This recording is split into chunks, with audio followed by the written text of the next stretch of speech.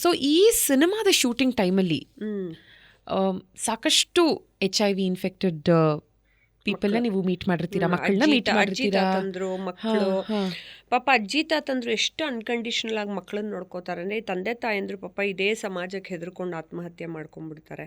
ಅದೇ ಕಥೆನೇ ನನ್ನ ಮುಖಪುಟಲ್ಲೂ ಮಾಡಿದ್ದು. ತಂದೆ ತಾಯಿ ಸಮಾಜಕ್ಕೆ ಹೆದರ್ಕೊಂಡ್ಬಿಡ್ತಾರೆ, ನಾನು ಹೆಂಗೆ ಮುಖ ತೋರಿಸ್ಲಿ ಸೊಸೈಟಿಗೆ ಅಂತ.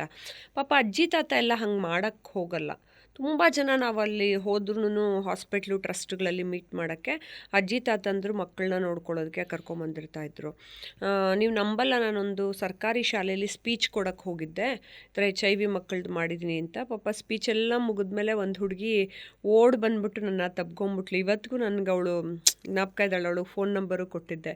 ಅವಳು ಓಡ್ ಬಂದು ತಬ್ಕೊಂಡ್ಲು. ಯಾಕೆ ಇವಳು ತಬ್ಕೋತಿದ್ದಾಳೆ ಅಂತಂದರೆ ಅವಳು ಟೀನೇಜ್ ಹುಡುಗಿ, ಆ ಏಜಿಗೆ ಬಂದು ಪಾಪ ಅವಳು ಯಾರನ್ನೋ ಲವ್ ಮಾಡ್ತಾಳಂತೆ. ಅವಳು ಆ ಕಥೆನೂ ಹೇಳ್ಕೊಂಡ್ಳು, ಮ್ಯಾಮ್ ನಾನೊಬ್ಬರನ್ನ ಲವ್ ಮಾಡ್ಕೋತಿದ್ದೀನಿ, ಆದರೆ ನಾನು ಹೆಂಗೆ ಅವನ್ನ ಮದುವೆ ಮಾಡ್ಕೋಬೇಕೋ ಬೇಡವೋ ಗೊತ್ತಿಲ್ಲ, ನನಗೆ ನಮ್ಮ ಅಪ್ಪನಿಂದ ನಮ್ಮ ಅಮ್ಮಂಗೆ ಬಂತು, ನಮ್ಮ ಅಮ್ಮನಿಂದ ನನಗೆ ಬಂದಿದೆ.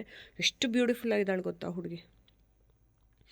ನನಗೆ ಆ ಜನ್ರೇಷನ್ ಮಕ್ಕಳು ಮೇಲೆ ನನಗೆ ಏನಕ್ಕೆ ಪಾಪ ಅಷ್ಟು ನೋವು ಅಂದರೆ, ಇವ್ರು ಯಾರಿಗೋ ಅಪ್ಪಂಗೆ ಬಂದಿದ್ದು ಅಮ್ಮಂಗೆ ಬರ್ಸಿ, ಅಮ್ಮಂಗೆ ಬಂದಿದ್ದು ಮಕ್ಳಿಗೆ ಬರ್ಸಿ ಹೀಗೆಲ್ಲ ಮಾಡಿದ್ದಾರೆ.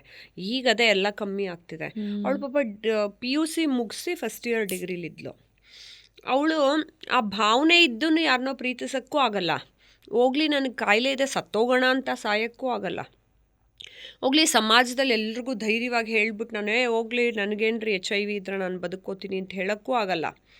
ಅಟ್ ದ ಸೇಮ್ ಟೈಮ್ ಇಲ್ಲ ನಾನು ಸಾಧಿಸಿ ತೋರಿಸ್ತೀನಿ ದೊಡ್ಡ ವ್ಯಕ್ತಿಯಾಗಿ ಅನ್ನೋಷ್ಟು ತನಕ ಅವಳು ಬದುಕೇ ಇರಲ್ಲ. ಸೊ ಅವ್ರದ್ದು ಏನು ಜೀವನದ ಅರ್ಥ? ಇದು ನಾನು ಫಿಲಮ್ ಮಾಡಿದ್ಮೇಲೆ ಸಿಕ್ಕಿದ್ದು. ಫಿಲಮ್ ಮಾಡೋಕ್ಕೆ ಮುಂಚೆ ನಾನು ಚಿಕ್ಕ ಮಕ್ಕಳನ್ನ ಭೇಟಿ ಮಾಡಿದ್ನಲ್ಲ, ಆ ಕಥೆನ ತೆರೆ ಮೇಲೆ ತರಬೇಕು ಅಂತಲೇ ಚಿಕ್ಕ ಮಕ್ಕಳಿಗೆ ಅಷ್ಟೆಲ್ಲ ಮೆಡಿಸಿನ್ ಕೊಟ್ಟರು, ಅವ್ರು ಬದುಕಲ್ಲ.